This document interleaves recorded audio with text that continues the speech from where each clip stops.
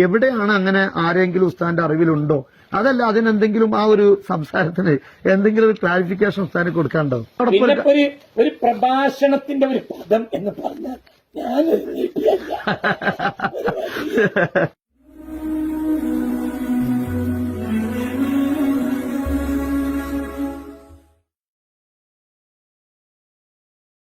ഖുർആൻ study സെന്ററിന്റെ director കൂടെയായ ബഹുമാനപ്പെട്ട റഹ്മത്തുള്ള കാസിമി ഉസ്താദാണ് ഇന്ന് നമ്മോട് കൂടെ ഉള്ളത്.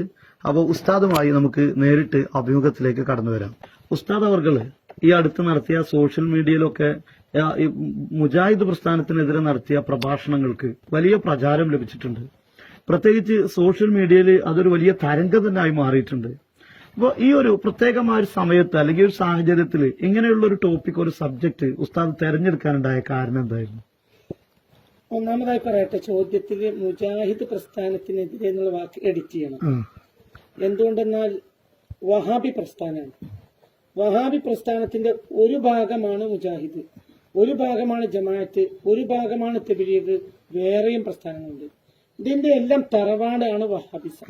അപ്പൊ വഹാബിസം എന്ന് പറയുമ്പോൾ മുജാഹിദിൽ പരിമിതപ്പെടുത്തിയാൽ പോരാ, അത് സുന്നിയേതരായ മൊത്തം ആളുകളും ഒരു പ്ലാറ്റ്ഫോമാണ്. അതിന്റെയൊക്കെ ഹെഡ് ആരെല്ലാം മുഹമ്മദ് ബിൻ അബ്ദുൽ വഹാബിനെ താത്വിക ആചാര്യനായി അംഗീകരിക്കുന്നു അവരെല്ലാം വഹാബികളാണ്. തബ്ലീഗ് ജമാഅത്ത് പക്ക വഹാബികളാണെന്ന് 1964 മഹാനായ കണ്യത്ത് അഹമ്മദ് മുസ്ലിയാർ നബ്ബറല്ലാഹു മർകദഹു ഉമ്മത്ത് കണ്ട ഏറ്റവും വലിയ മഹാന്മാരിൽ, വളരെ വറയുള്ള പണ്ഡിതന്മാരിൽ, ഏറെ ജീവിതത്തിൽ കറാത്ത് പോലും സൂക്ഷിച്ച, ഒരു വാക്ക് പ്രവൃത്തിയൊക്കെ അള്ളാന്റെ പൊരുത്തത്തിലല്ലാതെ ചെലവഴിക്കാതെ ജീവിച്ച മഹാന്മാരിൽ ഒരാളായ കണ്യത്ത് ഉസ്താദ് അധ്യക്ഷനായി നിന്ന സമസ്ത മുഷാവറ യോഗമാണ് 1964 നമ്മളൊക്കെ ജനിക്കണിന് മുമ്പ് ബഹുമാനപ്പെട്ട സമസ്ത മുഷാവറ വഹാബിസമാണ് തബ്ലീഗ് ജമാഅത്ത് എന്ന് പ്രഖ്യാപിച്ചത്. നിങ്ങൾ ഈ വഹാബിസത്തെ എതിർക്കുമ്പോൾ മുജാഹിദ് എന്ന് മാത്രം മനസ്സിലാക്കിയത്.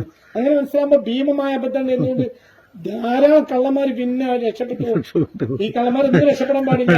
തബ്ലീഗും ഇതേപോലത്തെ ഒരു നിലയ്ക്ക് മുജാഹിദിനേക്കാൾ അപകടകാരിയാണ് തബ്ലീഗ്. എന്തുകൊണ്ടെന്നാൽ മുജാഹിദ് വരുന്നതോടുകൂടെ മുജാഹിദാണ്, അവരെ നമുക്ക് സ്വീകരിക്കാൻ പാടില്ല എന്ന് യാഥാസ്ഥികരായ മുസ്ലിമീങ്ങൾ പൊതുവെ മനസ്സിലാക്കും. അവരെ രീതികളൊക്കെ അങ്ങനെയാണ്.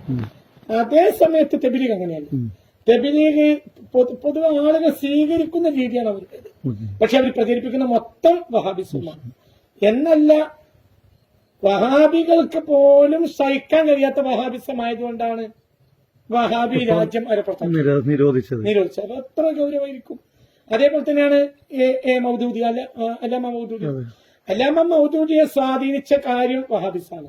പിന്നെ അതിലേക്ക് ഒരു രാഷ്ട്രീയ വ്യാഖ്യാനം കൂടി കുറച്ചു കൂടുതൽ കൊടുത്താൽ, ഈ രാഷ്ട്രീയ വ്യാഖ്യാനം മുജാഹിദിലും ഒന്നും ഇല്ലാത്തതുകൊണ്ടല്ല, പക്ഷെ ഒരല്പം കൂടി ഒരു വേറിട്ട ഒരു മിലിറ്റന്റ് പൊളിറ്റിക്സ് അതും കൂടിയാണ് കൂട്ടിയാൽ അതായി എന്ത് ജമാഅത്തെ ഇസ്ലാമി. അപ്പൊ ഇതെല്ലാം അടിസ്ഥാന ഇഖ്വാന്റെ അടിസ്ഥാനം എന്താ? വഹാബിസം. ഇങ്ങനെ ISIS എന്താ അടിസ്ഥാനം? വഹാബിസം. ബോക്കോ ഹറം എന്താ അടിസ്ഥാനം? വഹാബിസം. ലഷ്കർ തൊയ്ബ എന്താ അടിസ്ഥാനം? വഹാബിസം. അപ്പൊ ഇന്ന് ലോകത്ത് വ്യാപിച്ചു കിടക്കുന്ന അനവധി കുറച്ചൊന്നുമല്ല, എണ്ണിയാൽ പെട്ടെന്നൊന്നും തീർക്കാൻ കഴിയാത്തത്ര ഇസ്ലാമിനെ നശിപ്പിച്ചുകൊണ്ടിരിക്കുന്ന വഹാബി ചിന്താധാരയിൽ നിന്ന്, മുഹമ്മദ് അബ്ദുൽ വഹാബിന്റെ ചിന്താധാരയിൽ നുടലെടുത്തതെല്ലാം വഹാബിസാണ്. അതിനെയാണ് ഞാൻ എതിർക്കുന്നത്, അല്ലാതെ ആരെ മാത്രമല്ല. മുജാഹിദിനൊന്നും ഞാൻ ഇങ്ങനെ ബുദ്ധിമുട്ടി എതിർക്കൂല. എന്തുകൊണ്ട്? അതിന് മാത്രമൊന്നും അവരില്ലാത്തതുകൊണ്ടാണ് ഞാൻ അങ്ങനെ പറഞ്ഞത്. ഇത് മാത്രമൊന്നും അവരില്ല. ഞാൻ എതിർക്കുന്നത് വഹാബിസത്തെയാണ്. അപ്പൊ അതിൽ അവരും പെട്ടു, തബ്ലീഗ് പെട്ടു, ജമാഅത്ത് പാവങ്ങൾ കടന്നുറങ്ങണം. അവർ വിചാരിക്കുന്നത് കാസിമി നമ്മൾ ഒഴിവാക്കിയിട്ടുണ്ടെന്നാണ്. ഞാൻ അവരെ ഒഴിവാക്കിയിട്ടില്ല. ഞാൻ വഹാബികളെ മൊത്തമാണ് കൈകാര്യം ചെയ്യുന്നത്. ഒരു ചതിയുടെ കോട്ടയാണ്. ചതിയെന്നല്ലാതെ അള്ളാഹുവിനെ ഭയപ്പെടാത്ത ഒരു സംഘടനയാണ് കേരളം. അപ്പൊ ഉസ്താദ്, ഒരു അന്താരാഷ്ട്ര തലത്തിലുള്ള സലഫി മൂവ്മെന്റുകൾ അല്ലെങ്കിൽ വഹാബി മൂവ്മെന്റ്, ഇതിനെ കുറിച്ചാണ് ഇപ്പൊ ഉസ്താദ് സംസാരിച്ചു വരുന്നത്. അങ്ങനെയും ഞാൻ സംസാരിക്കുന്നത് വഹാബിസത്തെ പറ്റിയാണ്. അത് അന്താരാഷ്ട്ര തലത്തിലാണെങ്കിലും ദേശീയ തലത്തിലാണെങ്കിലും പ്രാദേശിക തലത്തിലാണെങ്കിലും ലോക്കൽ തലത്തിലാണെങ്കിലും അതിനുള്ള വഹാബിസത്തെയാണ് ഞാൻ എതിർക്കുന്നത്. കാരണം അവരുടെ എല്ലാം നേതാവാണ് ആര്? മുഹമ്മദ് അബ്ദുൽ വഹാബ്. പിന്നെ കേരള നേതൃത്വത്തിൽ മുജാഹിദിനെ പ്രത്യേകിച്ച് പറയേണ്ട ആവശ്യമില്ല. കേരള നേതൃത്വത്തിൽ മുജാഹിദ് എന്ന് പറഞ്ഞാൽ ഒരു പടച്ചോനെ പേടിക്കാത്ത സംഘടനയാണ്. അത് പിന്നീട് പറയാം. കേരള നേതൃത്വത്തിൽ മുജാഹിദിനെ മാത്രം എതിർക്കാൻ ഞാൻ പറയൂല. കാരണം എന്തുകൊണ്ട്? അത് അല്ലാതെ പേടിയില്ലാത്തൊരു സംഘടനയാണ് എന്നറിയാത്ത ഒരു കേരളീയൻ ഉണ്ടാവില്ല. അങ്ങനെ ഉണ്ടെങ്കിൽ ആ കേരളീയന് തീരെ ഉണ്ടല്ല എന്നാണ് എന്ന് മനസ്സിലാണ്. അപ്പൊ ഇങ്ങനത്തെ ഒരു കേരള നേതൃത്വത്തിൽ മുജാഹിദിനെ എതിർക്കാൻ വേണ്ടി മാത്രം ഞാൻ പ്രസംഗിക്കൂല. ഞാൻ ഈ സമയം മുഴുവൻ ചെലവഴിക്കണം എന്തിനാ? ഈ ആഗോള ഇസ്ലാമിന് ഭീഷണിയായ ഏറ്റവും വലിയ ഭീഷണി ഇന്ന് വഹാബിസാണ്. കമ്മ്യൂണിസം ഭീഷണിയല്ലേ? തീർച്ചയായും ഭീഷണിയാണ് എന്ന് 20 കൊല്ലം കേരളത്തിൽ പ്രസംഗിച്ച ആളാണ്. എനിക്കൊരാൾ ഇങ്ങോട്ട് ഉറക്കെഴുതരുത്. ഞാൻ അങ്ങോട്ട് ഉറക്കെഴുതി കൊടുത്ത മല്ലാക്കിയാണ്. എനിക്കൊരാൾ ഉറക്കെഴുതി. പക്ഷേ ആഗോള മുസ്ലിം സമുദായത്തിന്റെ മുന്നിൽ എടുത്തു നോക്കിയാൽ, അത് ആഗോള തലത്തിലാണെങ്കിലും ഇന്നത്തെ ദേശീയ തലത്തിലാണെങ്കിലും ഈ പ്രാദേശിക തലത്തിലാണെങ്കിലും ഏറ്റവും വലിയ ഇന്നത്തെ പ്രശ്നം വഹാബിസം തന്നെയാണ്. അത് ഇന്ന് മനസ്സിലാകാത്തവർക്ക് ഒരു ബിറ്റ്വീൻ 10 years. ഇപ്പോൾ എനിക്ക് മനസ്സിലായത് 10 കൊല്ലം കൊണ്ട് എല്ലാവർക്കും മനസ്സിലാവും. പക്ഷെ അന്ന് മനസ്സിലായാൽ നമ്മൾ അപകടത്തിലായിരിക്കും. ഇന്ന് മനസ്സിലാക്കി തീരുമാനമെടുത്താൽ അപകടത്തിൽ രക്ഷപ്പെടാൻ കഴിയും. ഇത് ലാസ്റ്റാണ്. കാരണം ഈ പ്രഭാഷണവും ഇതെല്ലാം എന്നോ ചെയ്യേണ്ടതായിരുന്നു. ഒന്ന്, എനിക്ക് വിവരമില്ലാത്തതുകൊണ്ട് ഞാൻ ചെയ്തില്ല. പിന്നെ വേറെയുള്ളവർ അതിന് തുനിഞ്ഞുമില്ല. എന്തുകൊണ്ടാന്ന് എനിക്ക് മനസ്സിലാവുന്നില്ല. ഞാൻ ഈ വിഷയത്തിൽ ഗഹനമായി പഠിച്ചത് ഈ അടുത്ത കാലങ്ങളിലാണ്. അത് പഠിച്ചു നോക്കുമ്പോൾ അതെന്നെ അത്ഭുതപ്പെടുത്തി. അങ്ങനെയാണല്ലോ നമ്മൾ ഡയമണ്ട് വാലിയിൽ പോയിട്ട് മാന്തിയിട്ട് 1-2 ഡയമണ്ട് കിട്ടി, പിന്നെ മാന്തിയപ്പോ 10 കിട്ടി, പിന്നെ 100 കിട്ടിയപ്പോ നമുക്കൊരു ആവേശം എന്നതുപോലെയാണ് സത്യത്തിൽ വഹാബിസത്തെ പഠിച്ചപ്പോൾ ഞാൻ ഇത്തരം വലിയ ചീഞ്ഞ കേസാന്ന് മനസ്സിലാക്കിയിരുന്നില്ല. വഹാബിസം ഒരു ചീഞ്ഞ കേസ് തന്നെയാണ്. അല്ല, ഈ ഒരു സമയത്ത്, അതായത് ഇപ്പോ അത് പ്രത്യേകമായി ഒരു ചർച്ചാ വിഷയമാക്കാനുണ്ടായ കാരണം, അതായത് ഒരു സാഹചര്യം ഉണ്ടാവല്ലോ ഉസ്താദിന് ഇപ്പോ ഇങ്ങനെ കടന്നു വരാനുള്ള അതെന്തായാലും സാഹചര്യം എന്ന് പറഞ്ഞാല് അന്യ സമുദായക്കാർ ഇസ്ലാമിനെ തെറ്റിദ്ധരിച്ചു കഴിഞ്ഞു. അത് ദുരന്തത്തിന്റെ വലിയ ദുരന്തം ഇവിടെ ഇന്ത്യയിൽ വരുത്താൻ പോവാണ്. ഇന്ത്യയുടെ പല ഭാഗങ്ങളിലും നേരത്തെ വരുത്തി. കേരളം അതിലേക്ക് ഇങ്ങനെ കുതിരശക്തിയിലോടുക.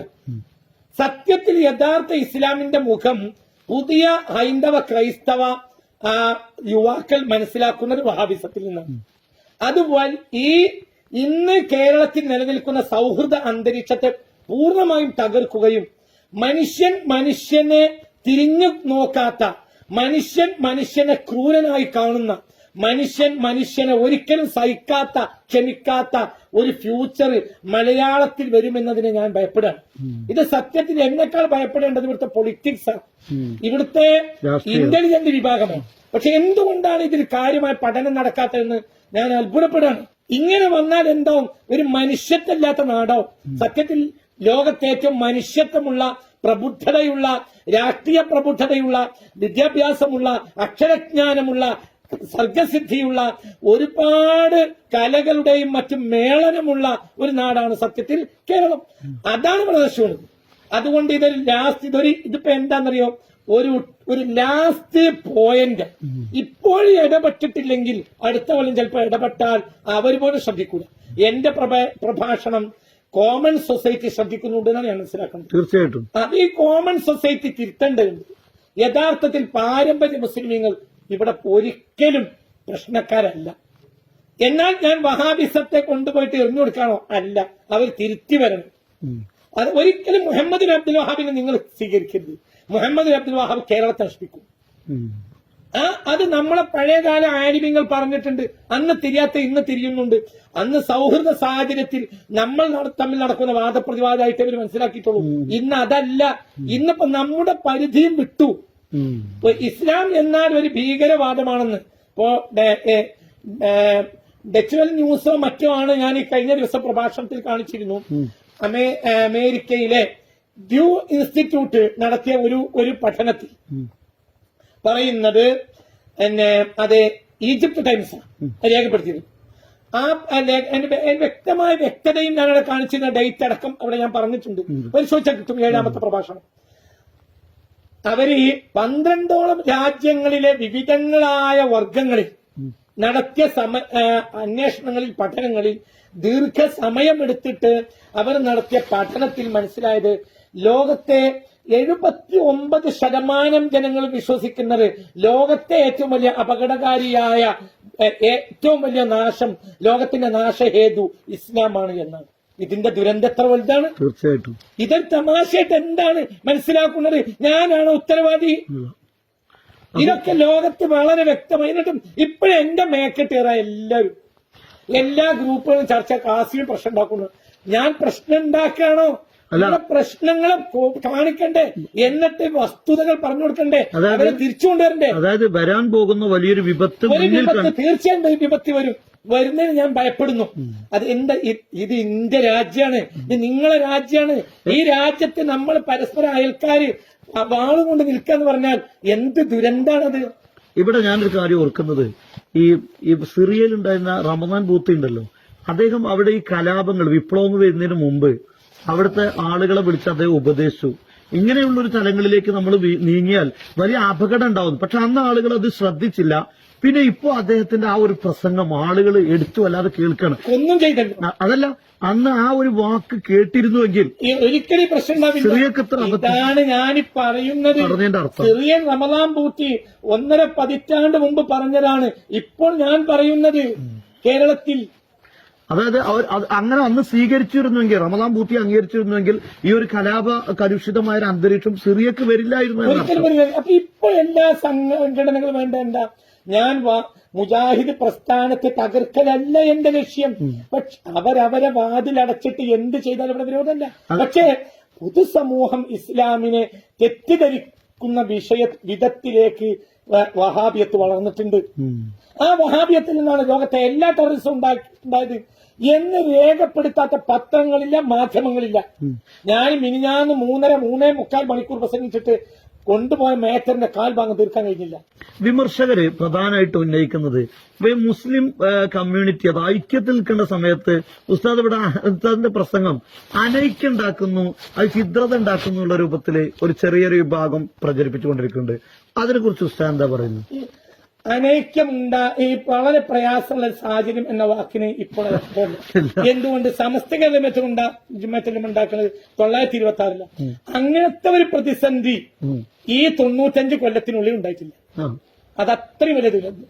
അതായത് വൈദേശിക ആധിപത്യം, മുസ്ലിമീങ്ങളെ മാത്രം തന്നെ ഷൂട്ട് ചെയ്യാൻ കാത്തിരിക്കുന്ന റോന്തിക്കുന്ന പോലീസുകാർ, വീട്ടിൽ നിന്ന് പുറത്തിറങ്ങിയാൽ പുരുഷന്മാരെയും കുട്ടികളെയും വെടിവെച്ചിരുന്ന വീട്ടുവളപ്പിൽ മയ്യത്തെടുത്ത് പള്ളിയിലെത്തിക്കാൻ ആളില്ലാത്തതുകൊണ്ട് കുഴിയെ കുഴിച്ച് വീട്ടിന്റെ മുറ്റത്ത് മറവ് ചെയ്യേണ്ട സാഹചര്യങ്ങൾ ഉണ്ടായി. എത്ര മലബാറിലെ കബറുകളുണ്ട് അങ്ങനെയൊക്കെ. ഇതെങ്ങനത്തെ സാഹചര്യങ്ങൾ ഉണ്ടായി. ഈ സാഹചര്യത്തിലാണ് എന്തുണ്ടാവുന്നത്? ബഹുമാനപ്പെട്ട സംസ്ഥാന. അപ്പൊ എന്നിട്ടും ഇങ്ങനെയൊക്കെയുള്ള ഭീഷണി ഉണ്ടായിട്ട് പോലും വഹാബിസം ലോകത്തിന് ആപത്താണ്, അതിനെ ചവിട്ടി പുറത്താക്കണം എന്ന് പറഞ്ഞുകൊണ്ടാണ് സമസ്ത ഉണ്ടാക്കിയത്.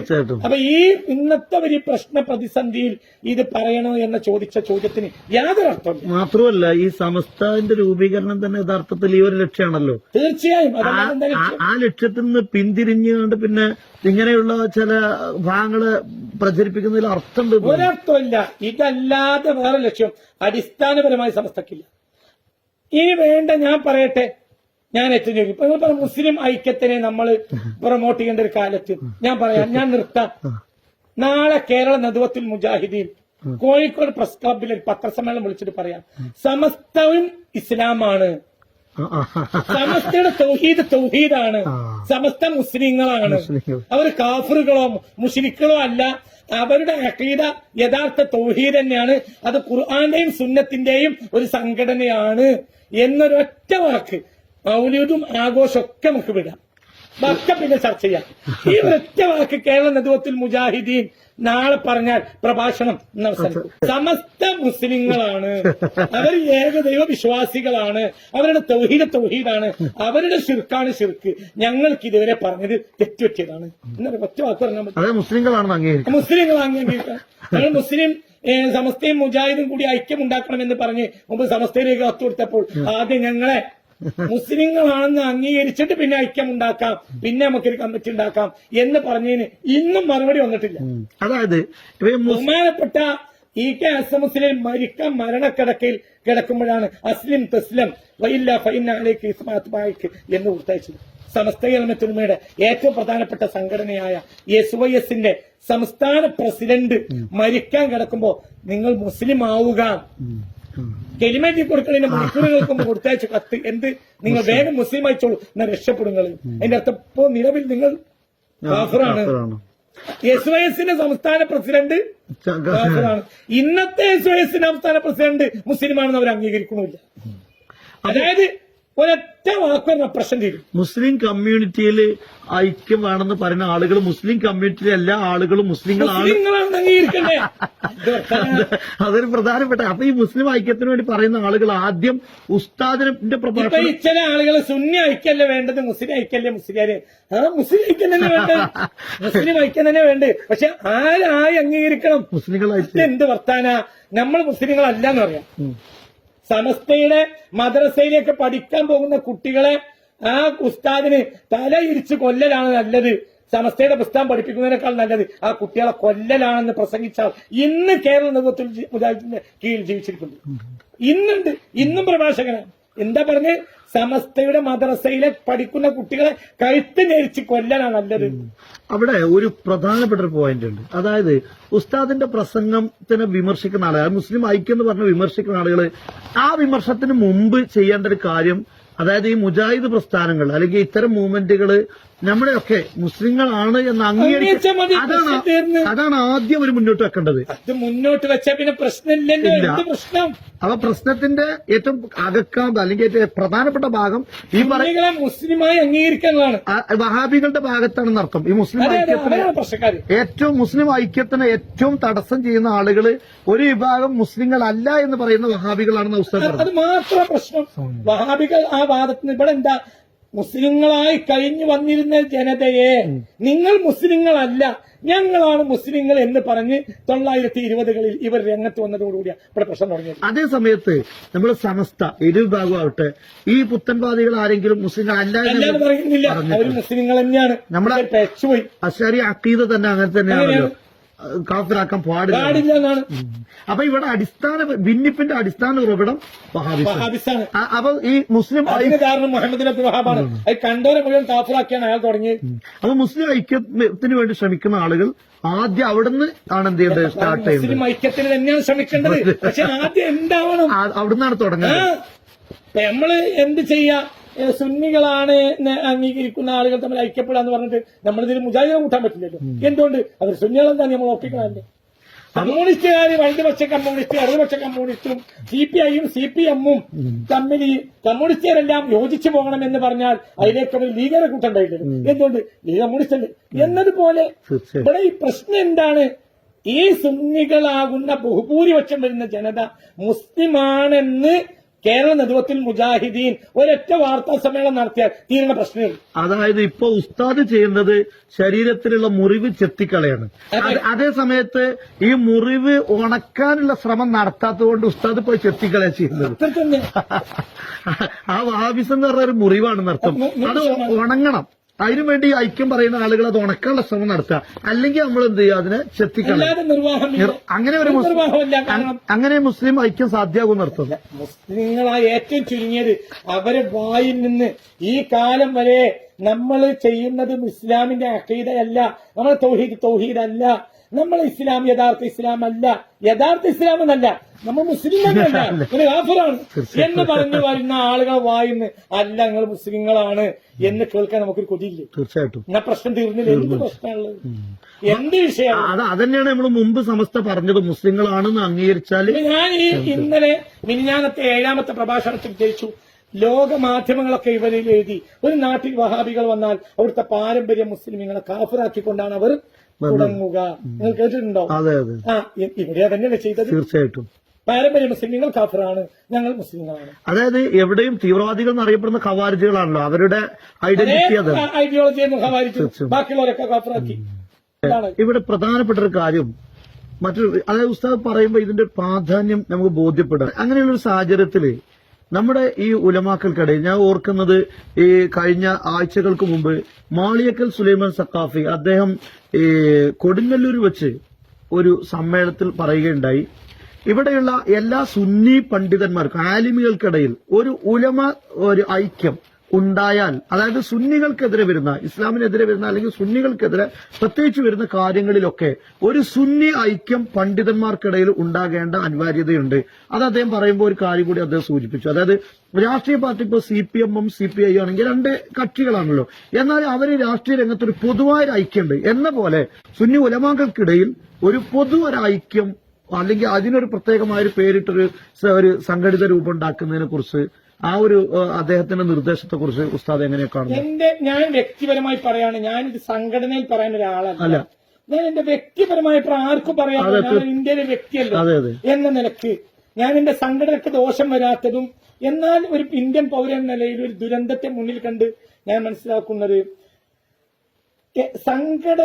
സംഘടനകളായി നിലനിന്നുകൊണ്ട് തന്നെ ഒരു പരസ്പര യോജിപ്പും ഐക്യവും നിലവിലുള്ള സാഹചര്യത്തെ മനസ്സിലാക്കി വന്നാൽ വരാനിരിക്കുന്ന ഒരു ദുരന്തത്തിൽ നിന്ന് മലയാളക്കരയിൽ രക്ഷപ്പെടുത്താൻ കഴിയുന്നതാണ് ഞാൻ മനസ്സിലാക്കുന്നത്.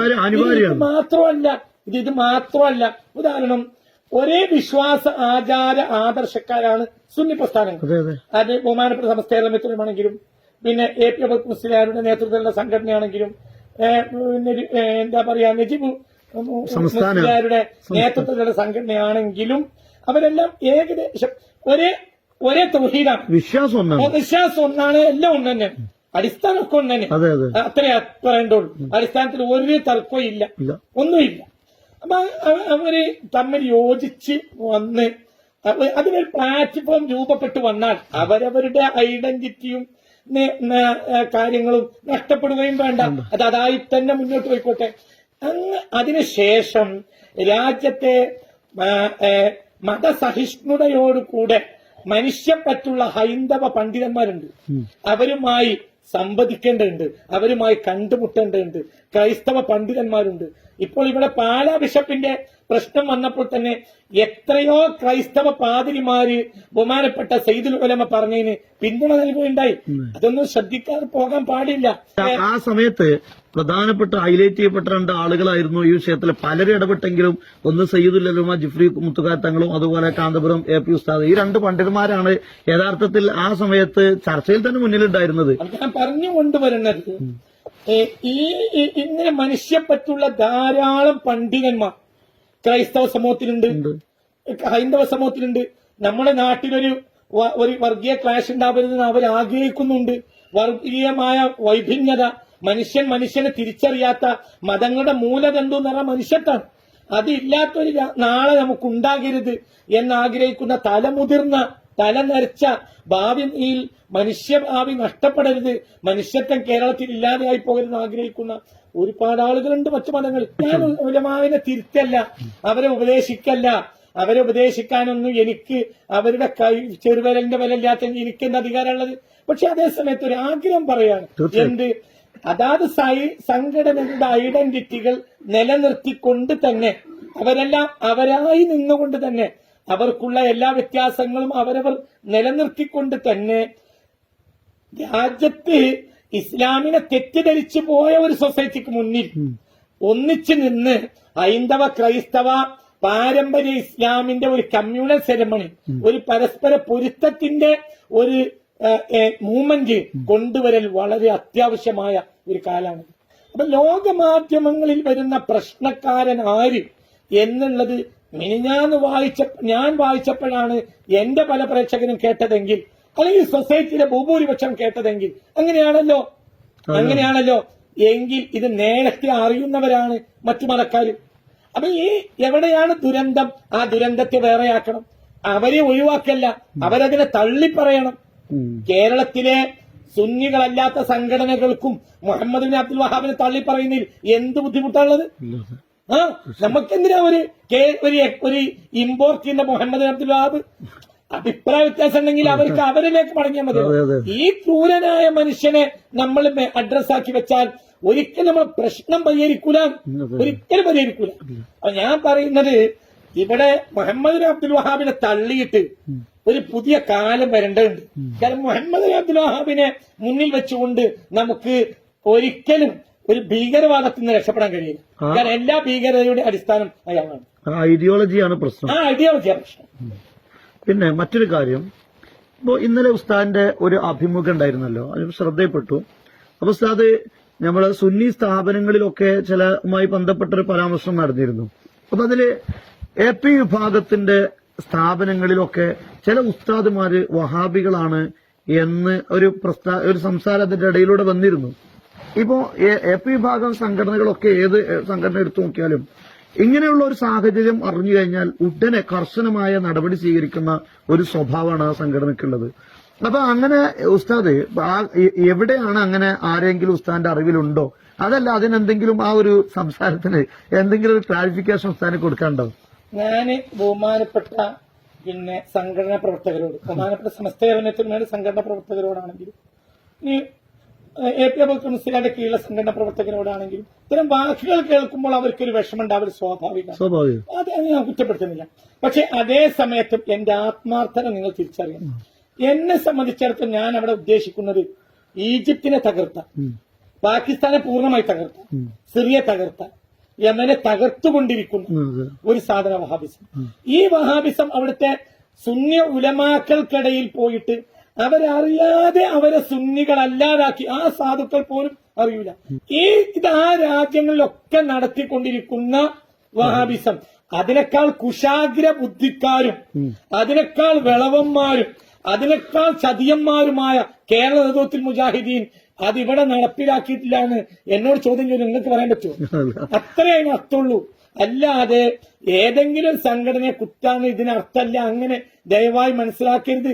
ഞാനത് ശ്രദ്ധിക്കണം എന്ന നിലക്ക് പറഞ്ഞതാണ്. മാത്രമല്ല ബഹുമാനപ്പെട്ട സമസ്തകരണമേത്തുലമയാണെങ്കിലും AP അബൂബക്കർ മുസ്ലിയാരുടെ കീഴിലുള്ള സംഘടനയാണെങ്കിലും അവരുദ്ദേശിക്കുന്ന സുന്നത്തി ജമാഅത്തിന് വിരുദ്ധമായ ചില ആളുകൾ പിൽക്കാലത്ത് സംഘടനയുടെ ചില പൊസിഷനിൽ കയറിപ്പറ്റിയത് മനസ്സിലാക്കുകയും പുറത്താക്കുകയും ചെയ്ത സ്ഥാപനങ്ങളിൽ പറ്റിയവര് വിദ്യാർത്ഥികൾ, അധ്യാപകന്മാരെ പലപ്പോഴും സമസ്ത പുറത്താക്കിയിട്ടുണ്ട്, AP അബൂബക്കർ മുസ്ലിയാർ പുറത്താക്കിയിട്ടുണ്ട്. അപ്പൊ ഈ ആളുകളെയൊക്കെ അവരൊക്കെ എപ്പോഴാണ് പുറത്താക്കിയത്? അവര് കുരലിലെത്തിക്കഴിഞ്ഞിട്ടാണ് ഈ വിവരം ബഹുമാനപ്പെട്ട ഉസ്താദുമാരെ അറിയുന്നത്. പക്ഷേ വഹാബിസം കയറിക്കൂടിയാൽ ഇതാവൂല. അത് കുരലിലെത്തുന്നവരെ നമ്മൾ കാത്തിരുന്നാൽ എന്ത് സംഭവിക്കുമെന്ന് പറഞ്ഞാൽ അതിനെ നമുക്ക് ഏതൊരാളെയും പ്രതിരോധിക്കാം, അവർക്കൊന്നും ആളുണ്ടാവില്ല. പക്ഷെ വഹാബിസ് അങ്ങനെയല്ല. അങ്ങനെ ഒരു സംഘടനയെ കുറ്റപ്പെടുത്താൻ വേണ്ടി പറഞ്ഞതല്ല. എനിക്കെന്റെ ജീവിതത്തിൽ ചില അനുഭവങ്ങൾ ഉണ്ടായിട്ടും ഉണ്ട്. അപ്പൊ അത് ഒരു സംഘടനയും ഇല്ലാതാവാനുള്ള സാധ്യതയില്ല. പരിശോധിച്ചു കൊണ്ടേ ഇരിക്കണം എന്നാണ് ഇപ്പൊ പറഞ്ഞ വാക്കിന്റെ അർത്ഥം. അപ്പൊ നിലവിൽ അങ്ങനെ ഒരാള് പ്രത്യേകമായി ഉദ്ദേശിച്ച് പറഞ്ഞത് അങ്ങനെ തെറ്റിദ്ധരിക്കരുത്. അങ്ങനെ ഞാൻ അതായത് സംഘടനയെ സംബന്ധിച്ചിടത്തോളം സംഘടനയ്ക്ക് സംഘടനയുടേതായ സൽപ്പേര് നിലനിർത്തുക എന്നത് വളരെ അത്യാവശ്യമായ കാര്യമാണ്. പലപ്പോഴും ശ്രദ്ധയിൽപ്പെടാതെ പല കാര്യങ്ങളും ഉസ്താദുമാര് ശ്രദ്ധയിൽപ്പെടാതെ വന്നു പോവുകയും ചെയ്യും.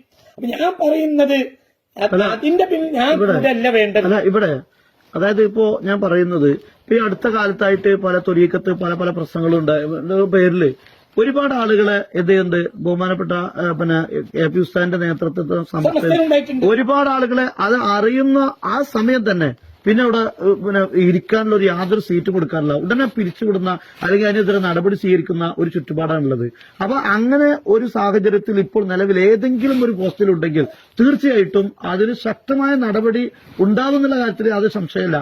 അതുകൊണ്ടാണ് ഞാൻ ചോദിക്കുന്നത്, വല്ല തലങ്ങളിലും ഉസ്താദിന് അങ്ങനെ ഏതെങ്കിലും ആളുകള് അതല്ല ഒരു വ്യക്തിയെ ഉദ്ദേശിച്ച് പറഞ്ഞ ഒരു കാര്യം അല്ല. അപ്പൊ നിലവിൽ അങ്ങനെ ഉണ്ട് എന്ന് പറയാൻ സാധ്യത പരിശോധിക്കുന്നത് എല്ലാവർക്കും നല്ലതാണ്. അതായത് വളരെ ദൂരവ്യാപകമായ ഒരു ദുരന്തം, അത് അവസ്ഥയുടെ കാര്യം അങ്ങനെ തന്നെയാണ്. ചെറിയ ചെറിയ അഭിപ്രായ വ്യത്യാസങ്ങളെ ഇപ്പോൾ ഉണ്ടായിട്ടുണ്ടാവുള്ളൂ. ആ അഭിപ്രായ വ്യത്യാസങ്ങളെ ഇപ്പോൾ പറഞ്ഞാൽ പരിഹരിച്ച് എളുപ്പത്തിൽ പോകും. ഇങ്ങനെയുള്ളതൊക്കെ പരിശോധിച്ചാൽ ആർക്കും കിട്ടും. നമ്മളെപ്പോൾ സമസ്തയെ മാത്രം വഹാബികള് ഉന്നം വെക്കുകയും AP അബൂബക്കർ മുസ്ലിയാർ പ്രസ്ഥാനത്തെയോ മറ്റു സംഘടനകളെയോ ഒഴിവാക്കുകയോ ചെയ്യുന്ന അവസ്ഥ അവർക്കുണ്ടാവില്ല. അവരെ ചതി വളരെ വലിയ ചതിയാണ്. ഞാൻ ഇന്നലെ സംസാരത്തിൽ പറഞ്ഞു, ആർക്ക് പറ്റാനും പറ്റിയിട്ടില്ലെങ്കിലും മുസ്ലിം രാഷ്ട്രീയത്തെ വളരെ വലിയ ചതി വഹാബികൾ നടത്തിയിട്ടുണ്ട്. അത് മുസ്ലിം രാഷ്ട്രീയ ഉത്തരവാദിയല്ല. അപ്പൊ ഇങ്ങനെ ചതിച്ചിട്ടുണ്ടെങ്കിൽ അത് AP അബൂബക്കർ മുസ്ലിയാർ ഉത്തരവാദിയല്ല, ഇങ്ങനെ ചതിച്ചിട്ടുണ്ടെങ്കിൽ സമസ്ത ഉത്തരവാദിയല്ല. പക്ഷെ അത് ചതി നമ്മൾ അവസാനം ബോധ്യപ്പെടും. അപ്പൊ മുസ്ലിം രാഷ്ട്രീയത്തെ സംബന്ധിച്ചിടത്തോളം വലിയ ചതിയാണ് വഹാബിസം ചതിച്ചിട്ടുള്ളത്.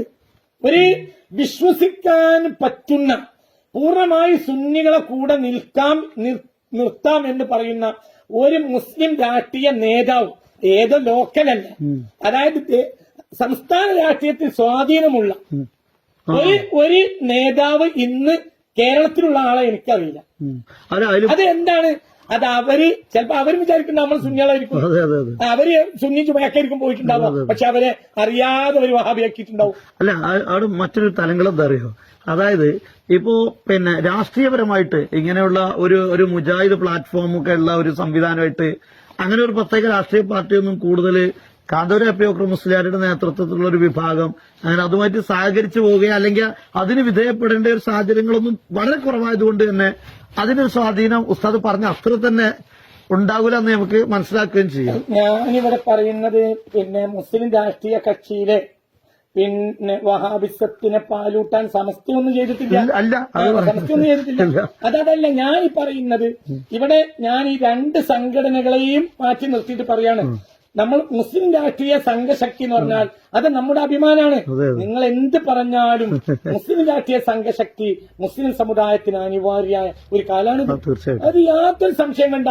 അത് എന്തൊക്കെ പറഞ്ഞാൽ എന്റെ അവസാനം വരെ ഞാൻ മുസ്ലിം രാഷ്ട്രീയ സംഘശക്തിയോട് കൂടെ നിൽക്കുന്ന ഒരാളാണ്. പക്ഷെ അതേ സമയത്ത് ഈ മുസ്ലിം രാഷ്ട്രീയ സംഘശക്തിയെ നശിപ്പിച്ചു, അത് നശിച്ചാലും വേണ്ടില്ല, വഹാബിസാണ് വളരേണ്ടത് എന്ന് വിചാരിക്കുന്ന വഹാബികൾ ഉള്ളുകൂടെ കളിച്ചിട്ടുണ്ട്. അത് ഉണ്ട്, എനിക്കറിയാം, ഉണ്ട്. പിന്നെ അതെന്താണ് ഞാൻ പറഞ്ഞത് നാശാക്കണില്ല, അതേസമയത്ത് ശുദ്ധീകരിക്കൽ അവരുടെ ഉത്തരവാദിത്തമാണ്. ഞാൻ പറയുന്ന അവസ്ഥയിലേക്ക് അതൊന്നും പോകരുത്. ഉസ്താദിന്റെ ഈ വിശദീകരണത്തിന് ഞാൻ മനസ്സിലാക്കിയ ഒരു കാര്യം, അതായത് ഇങ്ങനെ സ്വാഭാവികമായിട്ടും ചില കടന്നു കയറ്റങ്ങളൊക്കെ ഉണ്ടാകാനുള്ള സാധ്യത, ആ സാധ്യത മുന്നിൽ കണ്ട് ശ്രദ്ധിക്കണം. അതോടൊപ്പം ഒരു പ്രഭാഷണത്തിന്റെ ഒരു പദം എന്ന് പറഞ്ഞാൽ ഒരു സാധാരണ പ്രഭാഷകനാണ്. അപ്പൊ ഒരു പദപ്രയോഗത്തിന് പിടിച്ചുകൂടും പോലെ ആരും ദയവായി പിടിച്ചില്ല. അത് എന്റെ സംഘടന ഏതായാലും പിടിച്ചൂല എന്നാണ് ഞാൻ മനസ്സിലാക്കുന്നത്. നിങ്ങൾ പിടിച്ചൂല. ഇന്നലെ ഞാനൊരു ക്ലാരിഫിക്കേഷൻ ചെയ്തു. ഞാനൊരു നബിയൊന്നല്ലോ, ഞാനൊരു വലിയുമല്ല, അത്തരം ഉന്നത പണ്ഡിതനോ അല്ല, ഒരു അന്വേഷകൻ, കാര്യങ്ങൾ അന്വേഷിക്കുന്ന ഒരു അന്വേഷകൻ മാത്രമാണ് ഞാൻ. അപ്പൊ എന്റെ പദപ്രയോഗങ്ങളിലൊക്കെ ചില ഏറിയും കുറഞ്ഞു നിൽക്കും. ഇപ്പൊ ഈ അടുത്ത ദിവസങ്ങളൊക്കെ നടന്നത് വളരെ അടിസ്ഥാനപരമായി ഒരാൾക്ക് മറുപടി പറയാൻ കഴിയാത്ത പ്രശ്നങ്ങളെ ഞാൻ സമൂഹത്തിന് മുന്നിൽ വിട്ടത്, അതൊക്കെ എല്ലാവരും വലിച്ചെറിഞ്ഞിട്ട് എന്റെ പദങ്ങളെ ദൈവിക പദങ്ങളായ അതിന്മേലിട്ടിട്ട് വെക്കുക. ഞാൻ എന്താ നിങ്ങൾ പറയുന്നത്? ഇത് വേദവാക്യാണോ? അങ്ങനെയല്ലല്ലോ. അല്ല, അതുകൊണ്ട് ഒരു ക്ലാരിഫിക്കേഷൻ കൊടുക്കാനുള്ള സാഹചര്യം അത്രയേ ഉള്ളൂ. ഞാനിത് പറയുന്നത് കുറ്റപ്പെടുത്തലല്ല, പരിശോധിക്കുന്ന എല്ലാവർക്കും നല്ലതാണ് എന്ന നിലക്കാണ് ഞാൻ പറഞ്ഞത്. അല്ലാതെ ബഹുമാനപ്പെട്ട സമസ്തകയെയോ ബഹുമാനപ്പെട്ട APO മുസ്ലിയാരെയോ അവരുടെ പ്രസ്ഥാനങ്ങളെയോ സംസ്ഥാനയെയോ അല്ലെങ്കിൽ മുസ്ലിം രാഷ്ട്രീയ സംഘശക്തിയെ തന്നെയോ എന്നും ചെറുതാക്കൽ എന്റെ വിഷയമല്ല. അവിടെ ഹുസൈന്റെ ആ പ്രയോഗങ്ങളിലുണ്ടായ ചെറിയ പ്രശ്നം എന്താണെന്നറിയോ, അതായത് ചില ആളുകൾ ഉണ്ട് എന്ന് പറയുമ്പോൾ അല്ല, ആ ഒരു സംഘടനയിലെ ആളുകൾക്ക് ആരാണ് അത് എന്ന് അറിയാനുള്ള ഒരു ജിജ്ഞാസ ഉണ്ടാവും. നമ്മൾ ഇത് ഒരുമിച്ച് ചേർന്ന് വഹാബികളുടെ ചതികളെ തിരിച്ചറിയണം, എന്നിട്ട് ഓരോരുത്തർ പരിശോധിക്കണം. കാരണം സുന്നി വഹാബിയാകുക എന്നുള്ളത് നമ്മളെ സംബന്ധിച്ചിടത്തോളം പ്രധാനം പറയാം. നിങ്ങൾ ഈ AP വിഭാഗത്തെ പ്രതിനിധാനം ചെയ്യുന്ന ആ പ്രസ്ഥാനവുമായി ബന്ധമുള്ള ഒരാളാണ് ഞാൻ വിശ്വസിക്കുന്നത്. ഞാൻ പറയട്ടെ, നേരിയ തോതെങ്കിലും ഞാനും സമസ്തയുടെ പ്രവർത്തകനാണ്. അപ്പൊ അതേ സമയത്ത് സുന്നി എന്ന കാര്യത്തിൽ നമുക്ക് രണ്ടുകൂട്ടർക്ക് യോജിക്കാലോ. നമ്മൾ ആളുകൾ വഹാബിയാവുന്നതിൽ നമുക്ക് വേദനയും ആശങ്കയും പ്രശ്നവും ഒരുപോലെ പങ്കുവെക്കാലോ. അത് പരസ്പരം കുറ്റപ്പെടുത്താൻ ഉപയോഗിക്കരുത്. ഇത്രയാണ് ലോകത്തിനെ മുഴുവൻ ചതിച്ച വഹാബികൾ. ഈ കേരളത്തിൽ ഈ കഴിഞ്ഞ 100 കൊല്ലത്തിനുള്ളിൽ നമ്മളെ പൂർണ്ണമായി ചതിച്ച വഹാബികൾ എവിടെ ചതിച്ചു? പള്ളികളിൽ ചതിച്ചു. വഹാബി നേതാക്കന്മാരിൽ പലരും ഒത്തുപോകുന്ന പള്ളിയുടെ ജുമാന്റെ ഹുക്മെന്താ? ആ പള്ളി മൗസൂബായ മസ്ജിദാണ്. അവിടുത്തെ ജുമാന്റെ ഹുക്മെന്താ? അല്ല, ഞാൻ പറയട്ടെ, വഹാബി നേതാക്കളായ പല ആളുകളും വെള്ളിയാഴ്ച ജുമാക്കൊണ്ട പള്ളികൾ പിടിച്ചടക്കിയ പള്ളിയല്ലേ? പിടിച്ചടക്കിയ പള്ളിന്റെ ഹുക്മെന്താ? മൗസൂബായ പള്ളിയല്ലേ? മൗസൂബായ പള്ളി സ്കരിക്കൽ ഹറാമല്ലേ? ഇതല്ലേ അവസ്ഥ? അപ്പൊ ഇതൊക്കെ ഇവർക്ക് അറിയില്ലേ? ഇവർക്ക് അതൊക്കെ അറിയാലോ. പക്ഷെ എന്താ ചതി? കണ്ണായ കണ്ണൊക്കെ അവർ ചതിച്ചു. ബഹുമാനപ്പെട്ട സുന്നത്തി ജമാഅത്തിന്റെ സംഘടനകൾ ഉണർന്ന് പ്രവർത്തിച്ചത് കൊണ്ട് മാത്രം ഒരളവോളം എന്തൊക്കെയാണ് അവർ ചെയ്തത് ഞാൻ ഇപ്പോൾ പറയുന്നില്ല, അതിനൊക്കെ പറയാൻ വരുന്നുണ്ട് ഞാൻ. അതൊക്കെ ഇൻഷാ അല്ലാഹ് പറയും, ആരും പേടിക്കൊന്നും വേണ്ട, എല്ലാം ഞാൻ പറയും.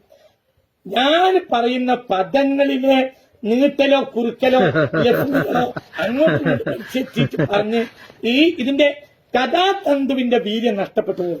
എനിക്കുള്ള ഗുണവും ദോഷവും എനിക്കുണ്ട്, നിങ്ങൾക്കൊക്കെ അറിയാം. തീർച്ചയായിട്ടും അത് ഈ ക്ലാരിഫിക്കേഷൻ എന്തിന് നമ്മളെ ആളുകൾക്കിടയിൽ ഉസ്താദിന്റെ ആ പ്രസംഗത്തിന്റെ ആ ഒരു പ്രചാരവും ആ ഒരു വീര്യം നഷ്ടപ്പെടാതിരിക്കാൻ വേണ്ടിയാണ് ഇപ്പൊ ഞാൻ ആ ഒരു വിശദീകരണം തന്നെ ചോദിച്ചത്.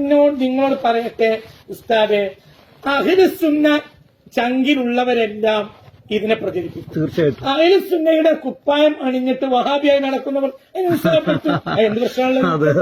തീർച്ചയായിട്ടും. പിന്നെ ഞാൻ ഇതൊക്കെ പിന്നെയും താഴ്ന്ന് സംസാരിക്കുന്ന സംഘടനകൾക്ക് വേണ്ടിയും നേതൃത്വത്തിന് വേണ്ടിയാണ്, അല്ലാതെ ഒരുത്തന്നെ മുന്നിൽ താഴ്ന്ന ആളല്ല റഹ്മത്തുള്ള ആള് വേറെ നോക്കുന്നുണ്ട്. ഞാനിപ്പോഴൊക്കെ വീണ്ടും വാക്ക് കുറച്ച് സംസാരിക്കണ്ട.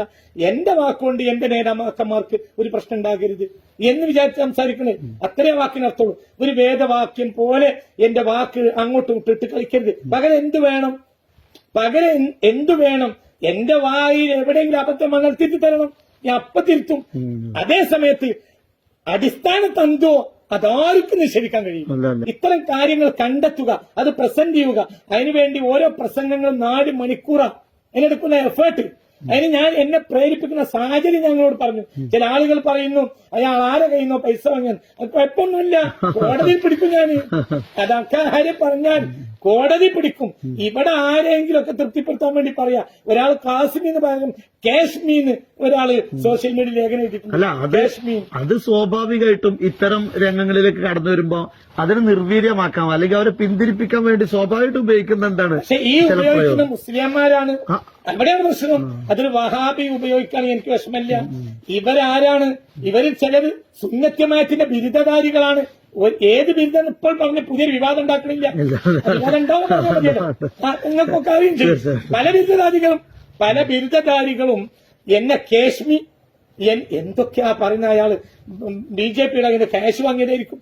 എന്താവരൊക്കെ അതൊക്കെ വ്യക്തിഹത്യകളായിട്ട് നമുക്ക് തള്ളാന്ന് പറഞ്ഞാൽ, ഒരു ലോക്കൽ പറഞ്ഞാൽ നമുക്ക് തള്ളാം, ഒരു പണ്ഡിതൻ പറഞ്ഞാൽ തള്ളാൻ പറ്റും. അപ്പൊ അതുകൊണ്ട് എന്റെ പദപ്രയോഗങ്ങളെ പിടിച്ചിട്ട് ഉണ്ടാക്കരുത്.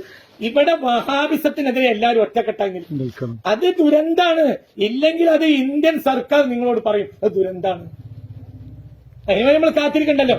നമ്മളെ പ്രൊരയിൽ എന്തെങ്കിലും മോശം ഉണ്ടെങ്കിൽ ആരാ വന്നിട്ട് ചൂണ്ടിക്കാണിക്കുന്നതിന് മുമ്പ് നമ്മക്കെന്നെ അടിച്ചു വൃത്തിയാക്കാലോ. ഒരു വെറുതെ ആക്കുന്ന കുട്ടി ഉണ്ടെങ്കിൽ അവനെ നമ്മൾ പുറത്താക്കണ്ട, അവനെ ഉപദേശം നന്നാക്കാലോ. ഞാനിപ്പോ ഇത്രേ പറയുന്നുള്ളൂ. കേരള നദുവത്തുൽ മുജാഹിദീൻ മുഹമ്മദ് അബ്ദുൽ വഹാബിനെ തള്ളി പറഞ്ഞാൽ തന്നെയും ഒരു 25-50 കൊല്ലത്തിനുള്ളിൽ മലയാളക്കരയിൽ വരാവുന്ന എല്ലാ പ്രശ്നങ്ങളെയും പരിഹരിക്കാൻ കഴിയുന്നതാണ് ഞാൻ മനസ്സിലാക്കുന്നത്. കാരണം മുഹമ്മദ് ബിൻ അബ്ദുൽ വഹാബ് ക്രൂരനായ ഒരു പൊളിറ്റീഷ്യനാണെന്നും ഒരു മിലിറ്റന്റ് മൂവ്മെന്റ് നടത്തിയ ആളാണെന്നും അദ്ദേഹം ഒരു ആളുകളെ കൊന്ന് ഒരു ഭരണകൂടം സ്ഥാപിച്ച ആളാണെന്നും അറിയാത്ത ഒരു ഹിന്ദു പണ്ഡിതനോ ഒരു ക്രൈസ്തവ പണ്ഡിതനോ ഒരു ഇന്റലിജന്റ് ഓഫീസറോ കേരളത്തിലുണ്ടാവില്ല. അല്ല, ഈ ഉസ്താദിന്റെ ഈ പ്രഭാഷണത്തിന്റെ ചില ലക്ഷ്യങ്ങൾ അല്ലെങ്കിൽ അതിന്റെ ഒരു അനന്തര ഫലങ്ങളും അതിന്റെ ഗുണങ്ങളും ഈ സമൂഹത്തിൽ എത്രമാത്രം ഉണ്ടാവുന്നു എന്ന് മനസ്സിലാക്കിയത് കൊണ്ടാണ് പലപ്പോഴും നമ്മുടെ ത്വയ്ബ ചാനലൊക്കെ ആ വിഷയങ്ങൾ പരമാവധി എന്ത് ചെയ്യാറുണ്ട്, ഇന്ന് ഉസ്താദിന്റെ പ്രഭാഷണങ്ങളൊക്കെ സപ്പോർട്ട് ചെയ്തു തരുന്നത് ഉസ്താദിന്റെ ശ്രദ്ധയിൽപ്പെട്ടിട്ടുണ്ടാവും.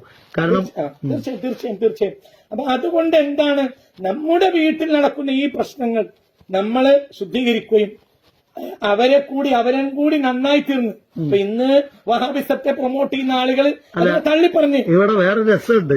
അതായത് ഇപ്പൊ ഉസ്താദിന്റെ ഇന്നലത്തെ അഭിമുഖമായിട്ട് ബന്ധപ്പെട്ട് ഈ വഹാബികൾ എന്ന് ഉസ്താദ് വിശേഷിപ്പിച്ച ആളുകൾ തന്നെയാണ് AP വിഭാഗത്തിന്റേതായിട്ട് പോസ്റ്റർ ഇറക്കുന്നത്.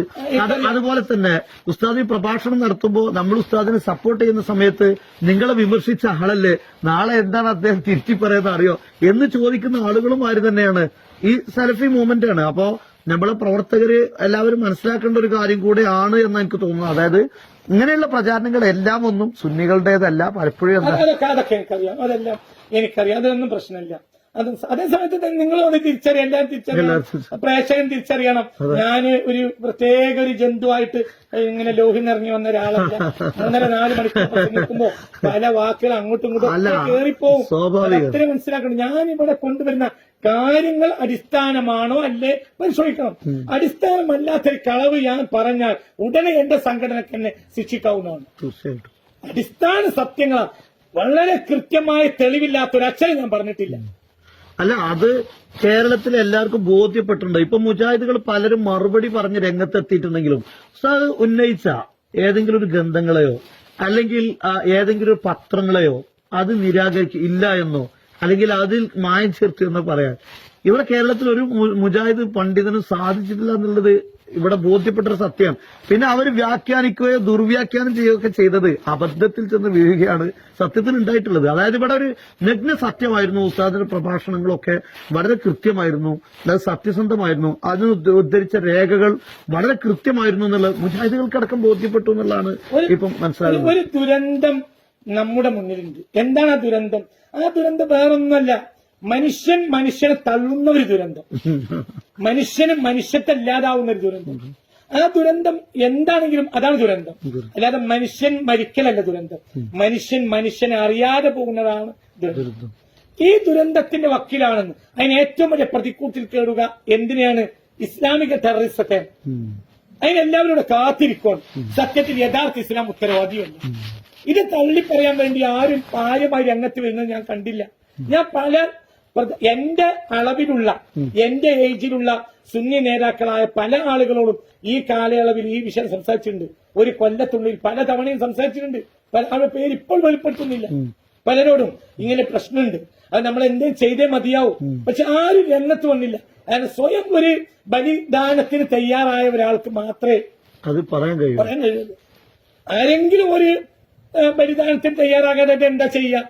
അപ്പൊ ഏതായിരുന്നാലും നമ്മുടെ ഈ ഒരു അഭിമുഖത്തില് ഒരുപാട് കാര്യം ആളുകൾക്ക് പഠിക്കാൻ സാധിച്ചിട്ടുണ്ട്. അതായത് പ്രത്യേകിച്ച് ഈ മുസ്ലിം ഐക്യം എന്ന പേരിൽ ഉസ്താദിന്റെ ഒക്കെ പ്രഭാഷണങ്ങളെ വിലങ്ങുണ്ടാക്കാൻ വേണ്ടി ശ്രമിക്കുന്ന ആളുകൾക്ക് വലിയൊരു താക്കീതാണ് ഉസ്താദിന്റെ ഈ സംസാരങ്ങളൊക്കെ.